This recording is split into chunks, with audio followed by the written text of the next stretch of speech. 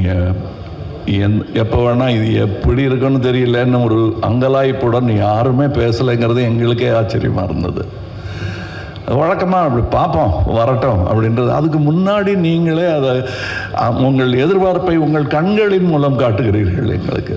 எனக்கு இது என்னுடைய யூனிட்டை பார்க்கும்போது முகதாட்சியம் கருதி நல்லா இல்லைங்கிறத நல்லா இல்லைன்னு சொல்ல மாட்டாங்க, நல்லா இருக்குங்கிறத ஒரு கை தேட்டர் ரசிகர் மாதிரி கை தட்டி விசில் இல்லாமல் அடிக்க முடியும். அதனால் நல்லா இருக்கு சார் அப்படின்னு சொல்லிட்டு போயிடுவாங்க. கொஞ்சம் அழுத்தி தான் வாசிப்பாங்க. ஆனால் நான் அவங்க கண்ணை பார்த்துக்கிட்டே இருப்பேன். ஏன்னா அவங்க எல்லாருமே சீசன்டு பீப்புள். இதில் இங்கே வந்து கற்றுக்கலான்னு வந்தோம் சாருங்கிறவங்க யாருமே கிடையாது. கற்றுக்கிட்டு வந்தவங்க தான். டெக்னீஷியன்ஸாக இருக்கட்டும், நடிகர்களாக இருக்கட்டும், அவங்க கூட வேலை செய்யும்போது அவங்கள் முகத்தில் பார்க்குற சந்தோஷத்தை அது அப்படியே ஒரு பெருந்தொற்று, அது யூனிட்டுக்கே தொற்றிக்கிச்சு. அதை உங்களுக்கும் வழங்க வேண்டும் என்பது தான் எங்கள் ஆசை. எங்களுக்கு வேற பெரிய பெருமைகள் இப்படி பண்ணியிருக்கோம் அப்படி பண்ணியிருக்கோம் பேசுகிறத விட ஒரு க்ளோஸ்அப்பு, அது சிம்பு சார் தான் இருக்கட்டும், இல்லை ஒரு சின்ன பையன் தான் இருக்கட்டும், அது எடுக்கிறதுக்கு ஒரு 50 பேர் வேலை செய்வாங்க. திரை பூரா ஒரு முகம் தான் இருக்கும். அது அப்படி அதுக்கே அப்படின்னா இதில் நீங்கள் பாருங்கள், காரை புரட்டி போட்டு தமிழ் சினிமாவையும் புரட்டி போடணுங்கிறது தான் எங்களுக்கு ரொம்ப நாள் ஆசை. அதை செய்ய முயற்சி பண்ணிக்கிட்டே இருக்கோம். எல்லா நேரமும் தூக்க முடியாது, யாராவது உதவிக்கு வேணும். புரட்டி போடுறதுன்னு பெரிய விஷயம். கொஞ்சமாவது அதை நகர்த்தலாம் நாங்கள் விரும்பும் திசை நோக்கி அப்படின்னதில் இதில் எங்களுக்கு கிடைச்ச படை வீரர்கள் நிறைந்த படை.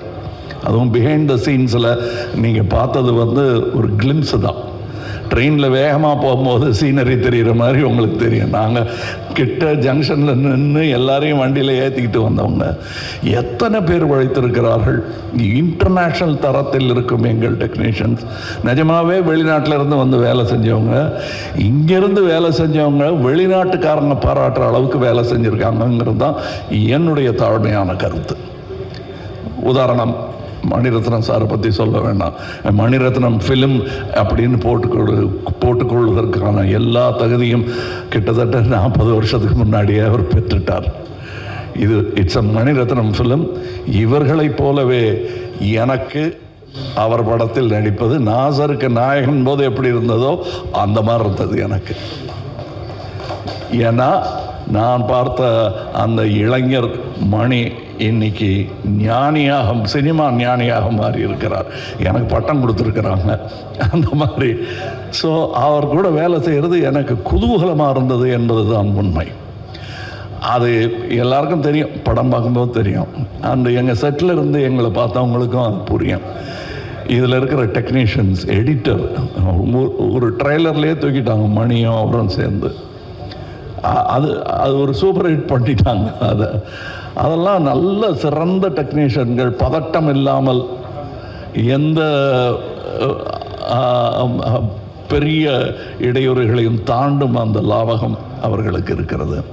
அதே மாதிரி ரவி கே சந்திரன் இந்நேரம் அமெரிக்காவில் படம் எடுத்துகிட்டு இருக்க வேண்டியது, அது 20 வருஷம் முன்னாடியே எழுந்திருக்க வேண்டியது. மருதநாயகம் அதோடைய சினிமாட்டோகிராஃபர் அவருடன் முழுவதுமாக ஒரு முழு படத்தை முடித்தேன் என்ற பெருமை, அது பாதியில் விட்டோங்கிற வருத்தம் எனக்கு ரொம்ப உண்டு. ஆனால் அதில் இந்த படத்தின் மூலம் அதில் இருந்ததை விட இன்னும் சிறந்த சினிமாட்டோகிராஃபராக அவர் திரண்டு வந்திருக்கிறார் எங்களுக்காக. அது தெரியும், படத்தில் பார்த்தா பேசுவாங்க. அதை நான் சினிமா விமர்சகர்களிடம் விட்டு விடுகிறேன். அவருக்கு நல்ல பேர் கிடைக்கணும். நானும் சினிமா விமர்சகன் தான், நானும் சினிமா ரசிகன் தான். நான் சுவைத்த விஷயத்தை உங்களுக்கு நான் சொல்லுகிறேன். வியாபாரம் வெற்றி பெறணும், அதெல்லாம் ஓகே. என் சினிமாவும் வெல்ல வேண்டும் என்பது தான் ஆரம்ப காலத்திலிருந்து நாங்கள் அதான் ஒரே மாதிரி எண்ணம் உடையவர்களுடன் பேசிக்கொண்டோம். நாங்கள் செட்டில் இருக்கும்போது மணி சார் ஆகட்டும், நடுவில் போய் பேச டைம் இருக்காது. அதுவும் டெக்னீஷியன்ஸுக்கு மேலேயும் கீழேயும் பார்த்துக்கிட்டு ஒரு மாதிரி சித்தர் மாதிரி அலைஞ்சிக்கிட்டு அதுக்கு நடுவில் நாங்கள் பேசுகிறது கூட அரட்டையாக இருக்காது. லஞ்சில் உட்காந்து பேசுகிறது கூட சினிமாவை பற்றியாக இருக்கும், வேறு ஒருத்தர் எடுத்த நல்ல சினிமாவை பற்றியாக இருக்கும். இப்படி ஒரு அற்புதமான சூழலில் நாங்கள் இந்த படத்தை எடுத்திருக்கணும். இந்த மாதிரி ஆரோக்கியமான ஒரு சூழல் ஐமவேதே எவ்வளோ பணம் கொடுத்தாலும் கிடைக்காது. அது எனக்கு கிடைத்தது, ராஜ்கமலுக்கு கிடைத்தது. ராஜ்கமலுக்கு பின்னாடி இருக்கிற அந்த இன்டர்நேஷ்னல்ங்கிற அந்த வார்த்தைக்கு முழு அர்த்தத்தை மணிரத்னம் எங்கள் டெக்னீஷியன்ஸ் கொடுத்துருக்கிறார்கள். இதில் உள்ள கலைஞர்கள் சின்ன சின்ன பாத்திரம் பண்ணவங்க. ஒரு சின்ன பையன்லாம் ஆக்ட் பண்ணியிருக்காரு. ஒரு 50 படம் பண்ணியிருப்பார் அந்த பையங்கிற மாதிரி பண்ணியிருக்காரு. அப்போ நிஜமாகவே 100-200 படம் பண்ணவங்கெல்லாம் சின்ன சின்ன வேஷங்கள் பண்ணியிருக்காங்க. இந்த சந்தோஷத்துக்காக, மணி சார் கூட ஒர்க் பண்ணுங்கிற சந்தோஷத்துக்காக தான் பாதி பேர் வந்தாங்க. சம்பளம் 2ஆம் பட்சம் தான் அவங்களுக்கு. இது எங்களுக்கு தெரிந்த உண்மைங்கிறதுனால சொல்கிறேன். நாம் வையாபுரி மாதிரி ஆர்டிஸ்ட் எல்லாம் நாங்கள் கண்டெடுத்தவர். அவர் ஜூனியர் ஆர்டிஸ்டாக இருந்தபோது நாங்கள் கண்டெடுத்து இவர் அப்படின்னு பார்த்து கூப்பிட்டது அவர். இன்னைக்கு அவர் எங்கள் கூடயே உட்காருங்க, சீட்டு கிடச்சாச்சு, உட்காந்துடணும். அது ரொம்ப கஷ்டம். அந்த நிலையிலிருந்து வந்த அவருக்கு தான் தெரியும். இன்னைக்கு இங்கே ஜோஜோ இல்லை, இப்போ இந்த முன் வரிசையில் அமர்ந்திருக்கிற எல்லாருமே என் நண்பர்கள் தான். அவங்களுக்கு இந்த வாய்ப்பு கிடைச்சது எனக்கு பெருமையாக இருக்குது. நீங்கள் படம் பார்த்துட்டு இவங்களெல்லாம் பற்றி நான் பேசுகிறேன். ஏன்னா இப்போ பேசும்போது அவர்கள் பெயரை மட்டுமே குறிப்பிட வேண்டி வரும். அவர்கள் திறமையும் பற்றி பேசுவதற்கு இன்னொரு விழா நடக்கத்தான் போகிறது என்று எனக்கு தோன்றுகிறது. அந்த விழாவில் உங்களுடன் பேசுகிறேன். மற்றபடி எனக்கு உறுதுணையாக இருந்த தமிழ்நாட்டிற்கே நன்றி சொல்ல வேண்டும். நான் மேடையில் பேசும்போது உயிரே உறவே தமிழே என்று சொன்னதற்கான அர்த்தத்தையும் நான் முழுமையாக உணர்கிறேன். நன்றி, வணக்கம். இல்லை ஒரு நிமிஷம் தயவுசெய்து புரிஞ்சுக்குங்க. இது உங்களுக்கு நன்றி சொல்லுவதும் எங்கள் குதூகலத்தை பகிர்ந்து கொள்வதற்காகவும் மட்டுமே ஏற்பாடு செய்யப்பட்டது. நம்ம எல்லாம் உட்காந்து சாப்பிடுவோம். இன்னும் பேச வேண்டியது நிறையா இருக்குது. அது தக் லைஃப் சம்மந்தப்பட்டதில்லை, அது அப்புறம் பேசுவோம். கண்டிப்பாக அதற்கான நேரத்தை ஒதுக்கி தர வேண்டியது என் கடமை தமிழனாக. நன்றி, வணக்கம். எனக்கு தெரியுது உங்கள் எல்லாருக்கும் பசிக்குதுன்னு சொல்லி நான் ரொம்ப நேரம் பேசி டைம் வேஸ்ட் பண்ணுறதா இல்லை. நாளைக்கு ரிலீஸ் படம். ஸோ ஆக்சுவலாக கான்ஃபிடெண்ட்டாக இருக்கும், சந்தோஷமாக இருக்கும். இந்த படம் எல்லாருக்கும் ஒரு மிகப்பெரிய வெற்றி அடையணும்னு இறைவனை வேண்டிக்கிறேன். ஏன்னா ரொம்ப உழைப்பு போட்டிருக்காங்க. கமல் சார் ஆக்ஷனாக இருக்கட்டும், பர்ஃபார்மன்ஸாக இருக்கட்டும், பின்னி படல் எடுத்திருக்காரு. எல்லாருமே அவங்களோட ஒர்க்கை ரொம்ப கஷ்டப்பட்டு பண்ணியிருக்காங்க. ஸோ எங்கள் டீம் சார்பாக நீங்கள் எல்லோரும் படம் பார்த்து என்ஜாய் பண்ணுவீங்கன்னு நம்புகிறோம். Thank you so much. தேங்க்யூ. என்னோட கனவு மணி சார் படத்தில் நடிக்கணும், கமல் சாரோட நடிக்கணும். இதெல்லாம் ஒரே படத்தில் நடக்குதுங்கிறது ரொம்ப சந்தோஷமாக இருக்குது. யோகி சேது சார் ஒரு இன்டர்வியூவில் வரும்போது சொல்லியிருந்தார், you are the baby of the டீம்னு. அந்த மாதிரி தான் நான் ஃபீல் பண்ணுறேன். ஏகப்பட்ட தருணங்கள் கற்றுக்கிறதுக்கும் ரொம்ப சந்தோஷமாக வேலை பார்க்கறதுக்கும் நாசர் சார் சொன்ன மாதிரி. அண்ட் ஏகப்பட்ட லெஜண்ட்ஸோட ஒரே படத்தில் எனக்கு சான்ஸ் கிடச்சிது. I'm just really happy. Kamal sir, Mani sir, Ravi K Chandran sir, Nassar sir, Simbu sir, Trisha ma'am, இந்த மாதிரி ஏகப்பட்ட டேலண்டட் பிக் பீப்புளோட ஒர்க் பண்ணுறது I'm just really happy. And இது எனக்கு ஒரு படம் இல்லை, this is a milestone for me. And உங்கள் எல்லாத்தையும் பார்த்ததில் எனக்கு ரொம்ப சந்தோஷம். தேங்க்யூ. நாயகனில் தான் எனக்கு மணி சாரோடையும் கமல் சாரோடையும் நான் முதல்ல அறிமுகமாகிறேன்.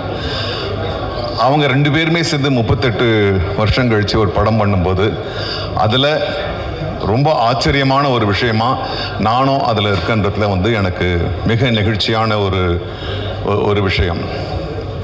அது இல்லாமலேயே இந்த படம் இந்த மேடைக்காக சொல்லலை, மரபுக்காக சொல்லலை, தமிழ் சினிமாவில் இது ஒரு முக்கியமான ஒரு படமாக இருக்க போகுது.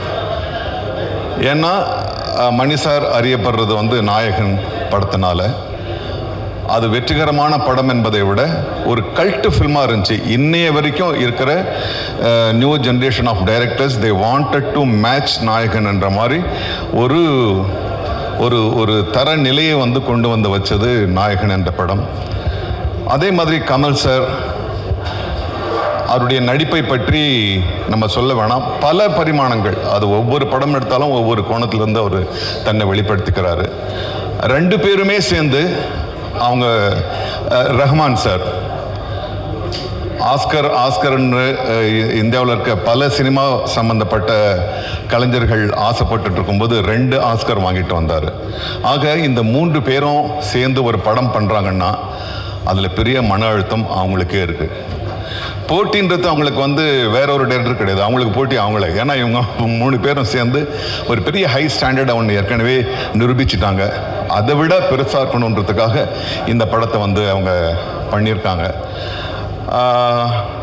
இந்த படத்தில் நாங்கள் எல்லாருமே பாராபட்சம் இல்லாமல் நாங்கள் எல்லா நடிகர்களும், முக்கியமாக நடிகர்கள், தொழில்நுட்ப கலைஞர்களும் நாங்கள் மீட் பண்ணலாம். இதில் வந்து ஒரு ஷூட்டிங்க்கு போகிற மாதிரியே எங்களுக்கு தெரியல. there was one warmthness, there was one ஒரு பெரிய ஸ்டாரு, பெரிய டைரக்டர்ன்ற ஒரு தோரணையே இல்லை. அப்போ தான் வந்து எல்லாருமா சேர்ந்து ஒரு ஒரு ஒரு ஒரு எந்த ஒரு மேல் ஏற்றம் தாழ்வு இல்லாமல் நாங்கள் ஒர்க் பண்ணோம். அது சின்ன நடிகராக இருக்கட்டும், பெரிய நடிகராக இருக்கட்டும், அசோகா இருக்கட்டும், பக்ஸா இருக்கட்டும். So we had a wonderful time. It was a learning process. So உங்களை போலவே நான் வந்து ஒரு குழந்தை மாதிரி இந்த படத்துக்காக காத்துட்ருக்கேன். நான் பல படங்கள் நடித்தாச்சு, 700 படங்கள் நடித்தாச்சு. நான் இப்போ தான் அர்ஜுன் கிட்ட சொன்னேன், என்னடா இது போருக்கு போகிற மாதிரி இருக்கு அப்படின்னு. So I am enjoying the feeling. I think you will all enjoy this film and definitely it's going to be a film which will bring fried to Indian cinema. Thank you.